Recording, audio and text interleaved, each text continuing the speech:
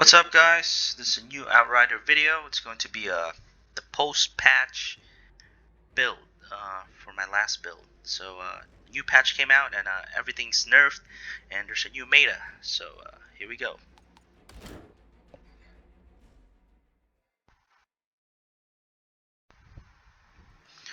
Alright, so with the new patch that came out, a lot was fixed, but at the same time a lot, was got fucked up in the process also. There's new bugs going on, something about armor not working properly, and people getting one-shotted. I actually saw a video of a guy who managed to hack the game, and he got his armor up to a million, and he was still getting face rolled by mobs. So yeah, pretty much I think armor is still pretty bugged. But anyway, like I said in my last video, I was preparing for the possible nerf coming, and sure enough, here it is. The nerf came and they fixed Golem stance.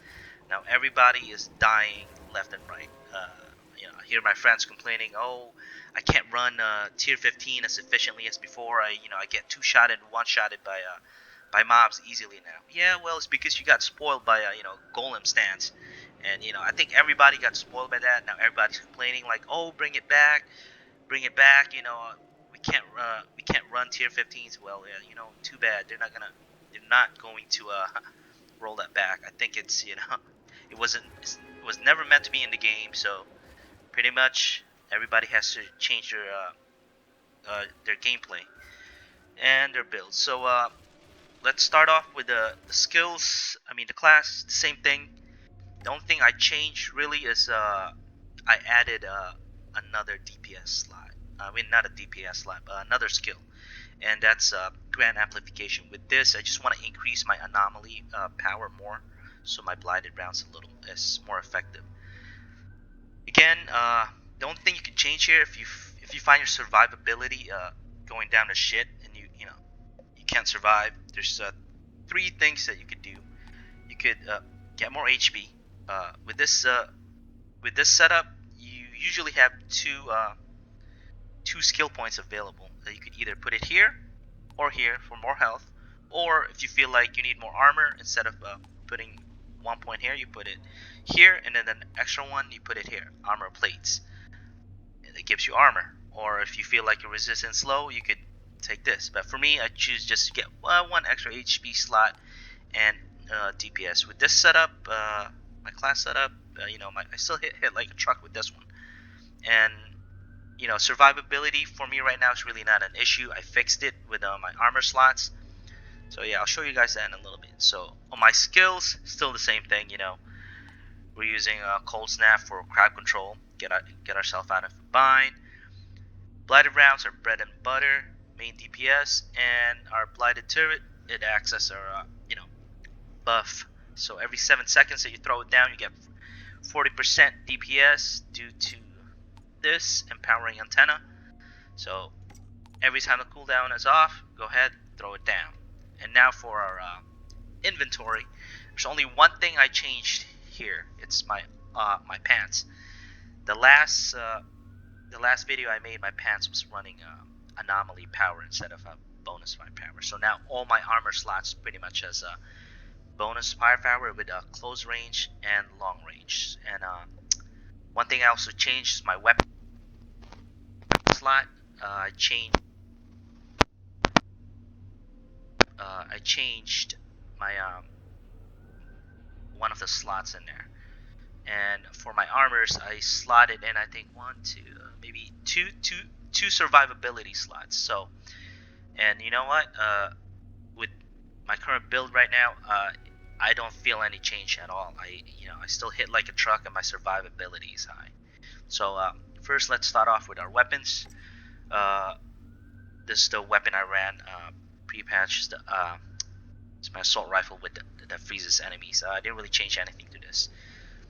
The main change I really have is my primary DPS, the Earthborn Renegade's assault rifle. The only thing I changed here is my Dark Sacrifice. Dark Sacrifice right now is the new meta. Everybody's running it.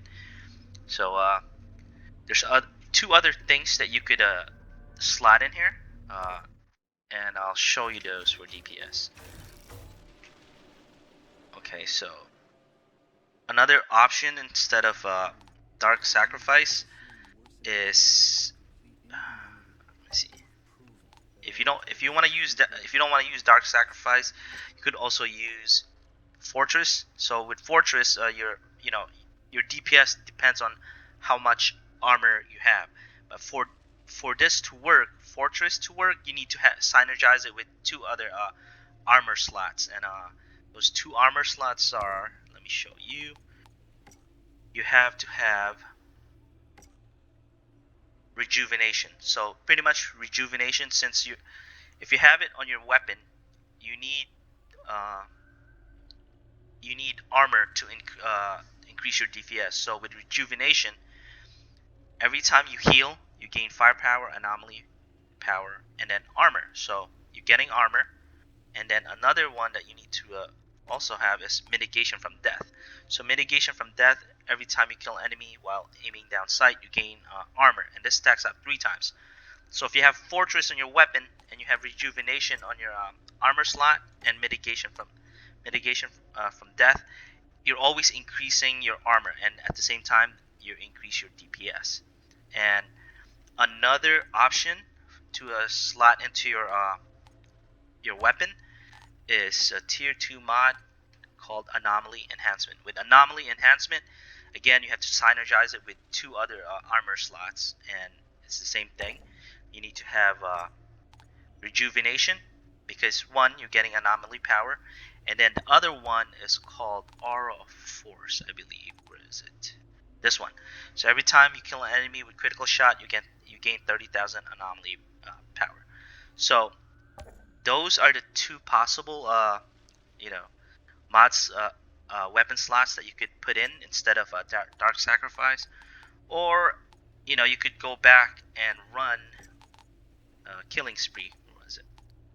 Yeah, Killing Spree. I feel like for me, Dark Sacrifice between Killing Spree, I feel like for me Dark Sacrifice is I hit a lot harder with Dark Sacrifice with the new patch. Killing Spree, not so much, but I really do feel the difference between the two.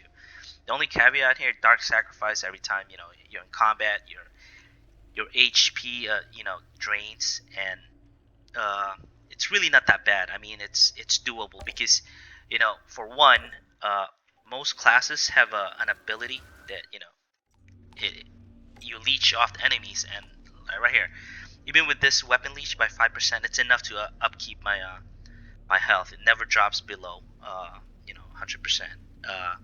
So pretty much, yeah, it mitigates the Dark Sacrifice. So now let's talk about my armor pieces. So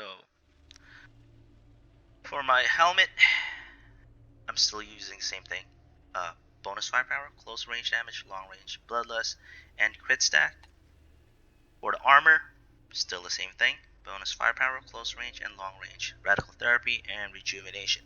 I ran rejuvenation on my last video. Pre-patch, it was still good.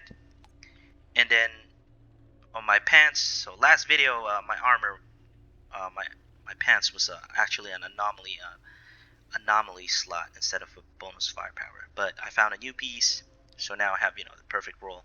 Bonus firepower, close range damage, long range damage. So now here I slotted in Euthanizer, for more DPS, and for survivability I have mitigation from death. And for my gloves, still the same thing. Bonus firepower, close range, long range. Sharp eye have sharp eye and dum bullets. Then for my boots, bonus firepower, close range damage, long range, and toxic lead. I got rid of Golem Sands. That mod's pretty much garbage right now. Nobody's running it really. So there's 2 other options I could put in for a circle instead of circle of power, and let me show you what they are. So this is tier 3. So we have circle of power. Circle of power, if you for resistance, mainly for just like fire, toxic, or any of those enemies that shoot those anomaly bullets. So every time you use a skill, your resistance goes up, and since with this build, our blighted turret, it's up every 7 seconds. You know, your resistance pretty much skyrockets. You could use this or this, life of the party. So incoming damage is reduced by 3% for each enemy in close range, and stacks up to 8 times. So that's about 24% damage mitigation. So now this one, life of the party, it's good to use between for those maps that have a lot of enemies that get straight into your face. And yeah, you could interchange between these two depending on which expedition you run. If you're running an expedition with a lot of enemies that love to get in your face, run life of the party.